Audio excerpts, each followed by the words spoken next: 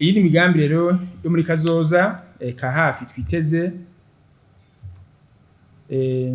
turatekanya guhinyanyura umugambi w'igihugu ujejwe iterambere PND. Igitabo turiko turakorera ko cimbona kazoza tugisubiremwo kugira ngo tugishire ku murongo. N'iki gitabo cimbona kazoza cy'igihugu kivuga ko igihugu cy'Uburundi coba igihugu cifashe mu mwaka wa 2040, kikaba igihugu giteye imbere mu mwaka wa 2060. Bisaba yuko igitabo c'imigambi ya leta PND gisubirwamo, kizosubirwamo rero muri uyu mwaka.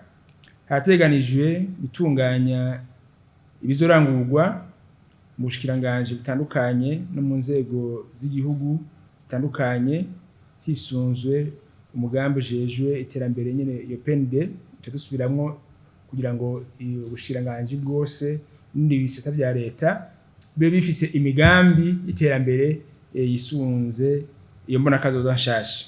Hatekanijwe gutunganya imigambi mikuru iba yashizwe imbere gusahiriza mu kiringo cyo kuva mu mwaka wa 2024 gushika mu mwaka wa 2027 ya pipe. Dusubiramwo hatekanijwe gushiraho amategeko yo kwisungwa mu ntumbero yo kubandanya imyanyuro yerekeye gukoresha uburyo ico bwagenewe.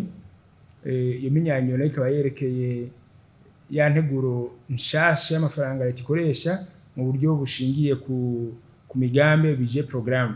Iyo rero turayibandanya kuko ubu ivyo twakoze ari ibikorwa by'umushinge, ariko ibikorwa nyamukuru biri imbere ko tutegeza gushiraho amategeko n'izindi nzandiko zerekana ingene iyo nteguro itegeza gushira mu ngiro, kubandanya gukurikirana itunga rusangi hisunze ubuhinga bwa none. Nuvuga yuko muri iyo nteguro yo gukora yo gutunga amafaranga ya leta biciye yisunze imigambi, hari ateganije yuko dushira mu buryo bwa none ari bita digitalisation. Byose bigakorwa ku mbuga ngurukana bumenyi.